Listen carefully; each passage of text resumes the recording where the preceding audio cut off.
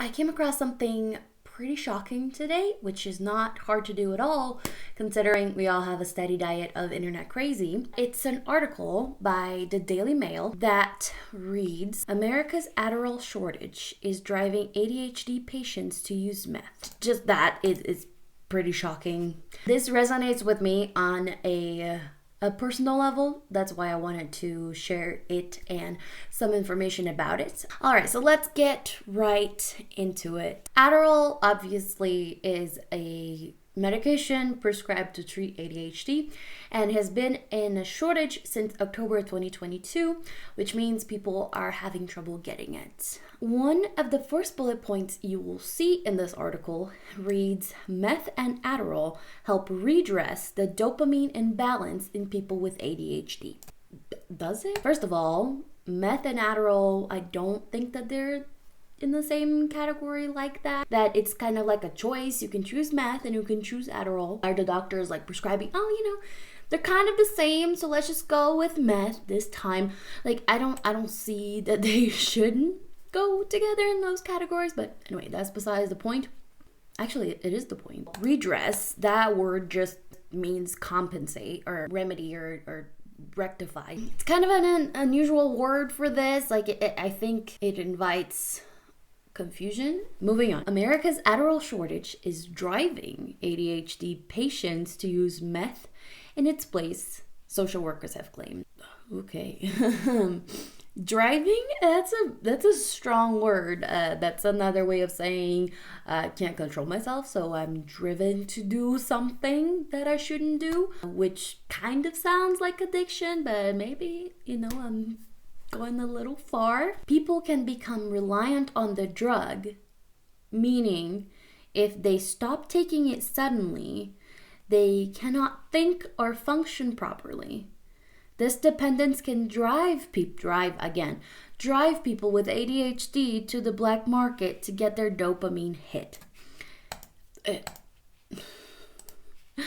It's so funny that they want to explain to you what it means to be reliant on a drug. I think it's unlikely that you would know what redress means and not know what reliant means. Even if you do know, this is downplaying it. People can get addicted to this drug, even though this is supposed to treat ADHD. Makes your brain think that you can function and think properly. So it's driving people to the black market to get their dopamine hit. I think it's interesting that they're stirring away from the word addiction when it comes to this. It is important that you use the right word for it. I'm not against taking medication. All right, let's drive the point home. People are reliant on Adderall in order to think and function properly. And since they can't get their prescription drug from the pharmacy, they're going after the black market. This was so shocking to me because if you've ever met a person who does meth, you don't think that they think or function properly. It's pretty clear, and obviously these are people who abuse it, and I don't see how you couldn't abuse it, but it doesn't seem to connect these dots. And if you've seen this, you know what I'm talking about. But I thought maybe I just need to look more into this, so did a little more research. This is what I found. Didn't have to look very far to find this stuff. It was not hard, okay? And the links to all of this stuff will be down in the description if you want to look for yourself. And I highly suggest that you do if you're considering taking meth instead of Adderall.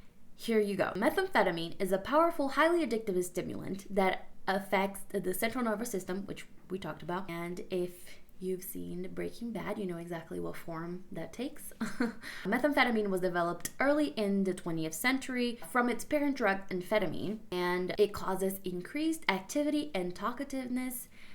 I don't know how to say that word without having an accident. Talkativeness, decreased appetite, and a pleasurable talkativeness. That's interesting. Talkativeness. That must be why spelling Adderall while on Adderall is hard. Decreased appetite and a pleasurable sense of well-being or euphoria. Okay, who wouldn't love that, right? However, methamphetamine differs from amphetamine in that at comparable doses, much greater amount of the drug get into the brain. This means that if you take essentially the same amount, your brain is gonna get more stimulated from meth than it will from amphetamines, which is Adderall. All right, so let's get this down. You're already being driven to the black market to get meth because of your already addicted situation, or you're already addicted body and brain to this prescription medication.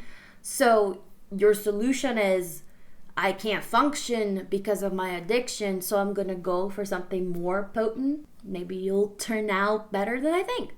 So I didn't know this existed, but I guess there already is a meth pill, that is approved by the FDA that people are prescribed to treat ADHD. That already seems pretty crazy to me, but it says here that these uses are limited and it's rarely prescribed, and the prescribed doses are far lower than those typically misused. I sure hope so. It's hard for me to believe that it is really rarely prescribed, because in my experience, going to a psychiatrist or somebody who, is supposed to cure of the things that are wrong with your brain, it's not super hard to get those prescriptions. Like, it doesn't, I don't know, this might be just my experience, but it's not hard. So this was already not making a lot of sense to me, so I wanted to know if it even would work, like if you would actually function better or function at all on meth. Like, for all I know, it would work.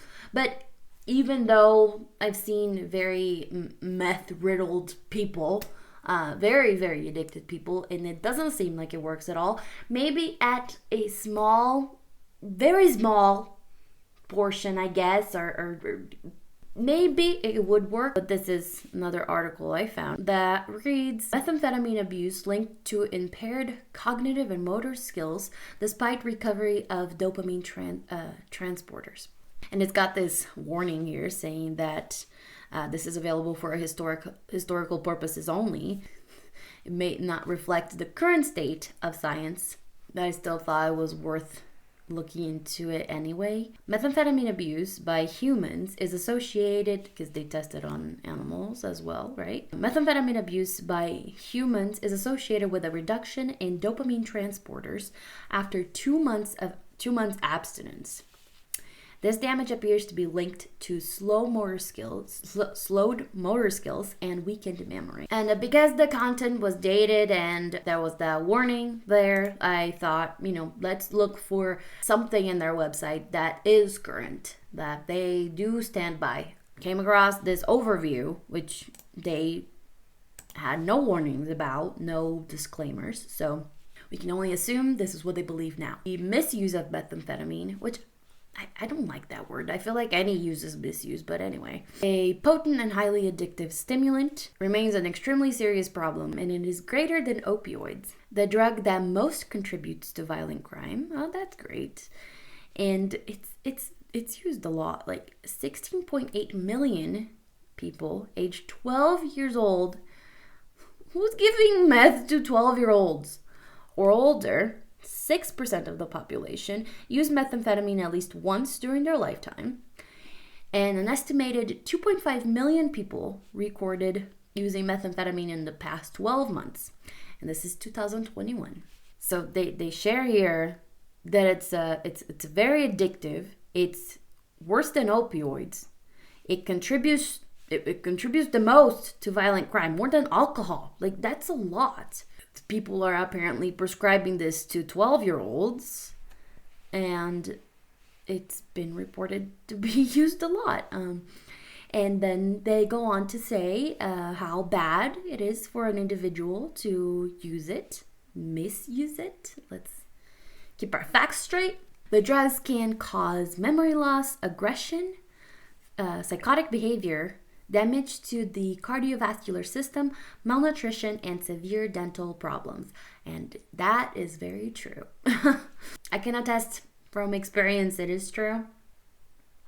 Having seen the teeth of people who are addicted to meth. But anyway. It's been shown to contribute to increased transmission of infectious diseases such as hepatitis and HIV. That's not surprising either. And then it goes more into how bad it is in other ways, such as, how it makes communities worse. And then down here, it says, you can get treated for methamphetamine use, which is supposed to be something to cure something, so you need something to cure you from it. Like, it doesn't seem like, seems...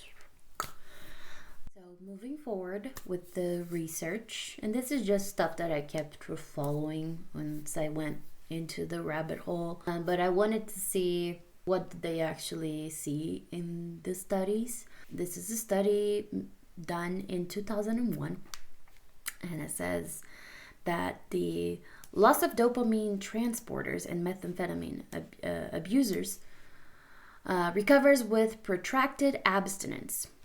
This means a long time of abstinence, not doing the drug for a long time. The studies in methamphetamine abusers have also documented significant loss of dopamine transporters, which I guess is how your brain receives the dopamine. The study found that the dopamine terminal chain damage could have been that it was recovered, or that the terminals that were remaining increased their capacity. So what they found in this study was that after prolonged use of the drug, of course, you build up a tolerance and you don't achieve the same result as I understand it. After you use it for an extended period of time, you don't achieve the same results with the same alleged safe dose. So it's only likely that you would need a higher dose in order to function properly. And with prolonged use, you start to get that damage. So when it says here that the meth abusers have also documented significant loss of dopamine transporters, it means that they're not, as far as I understand it, they're not getting enough of what they need, and they're also getting a slower motor function and decreased memory. Where I stand, it looks like you're taking this thing, which is way more addictive than what you had before, and it is supposed to help you function and think more clearly and do your life. But not only does it not work the longer you do it, you can't go back to what you were doing before because it's not enough, and your brain is literally deteriorating from it. And apparently you can recover some of it, but not sufficiently, not everything. They don't even know if they recover, if the other ones just kind of do the work to kind of pick up the slack there. But the way for you to recover, you have to be off of it, so you would need to not take it in order to start recovering your brain. But you're in this place that you're in a worse place than you are right now, because if you couldn't function before, how are you going to function now when you're even more reliant on something even worse? That's just my counter. I don't know. Like, if you know more about this, just you're welcome to, fact check me or whatever. But this is where I stand. This is what I'm thinking. All right, so let's close this video a little bit up close and personal. I want to say that I have taken Adderall for a long time.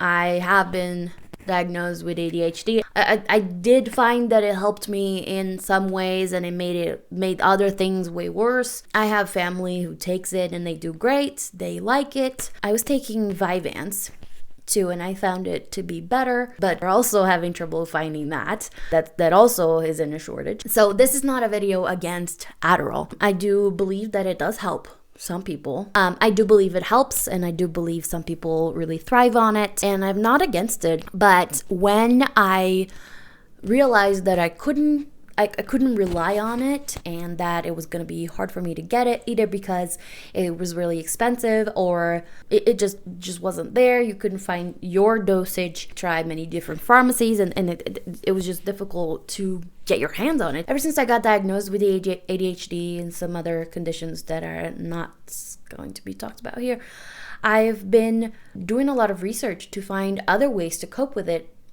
because even if I could get the medication, I didn't want to be completely reliant on it. So when I realized that there's this shortage and it was going to be difficult to keep getting it, I started doing more research and started applying some of the things that I've learned from research, other studies, lots of different things that are not going to be part of this, but that's helped immensely. And I almost feel that I don't need it anymore, but I prefer not to take it because I don't want to be reliant on something I can't trust to always have. The reason I wanted to do this video is because just to think about the fact that there are so many people out there who are so reliant on this drug, and they feel they can't function properly, they can't think properly, can't follow a straight thought in their head, and that they feel that they can't do their life, and they're so riddled by this problem that they're willing to go to methamphetamine to solve this. It's shocking because it won't solve it. In my counter, from where I stand, it looks like this can only make it worse. Sure, you might get through the next couple of months, but what then? This doesn't appear to me to be a solution at all. And I hope this was at least a little bit insightful in that way. If you're a person who's considering meth, and because you can't get your Adderall or whatever medication you were on for your ADHD, I really hope that you reconsider and you do your own research. And I didn't have to look too deep into this to find the stuff that I found, and it was already pretty shocking and scary, and I wouldn't want to threaten those waters. My life is already hard as it is without losing brain capacity, my memory or motor skills. So I wouldn't want to put that on the line. I hope that you do your own research before you go into this.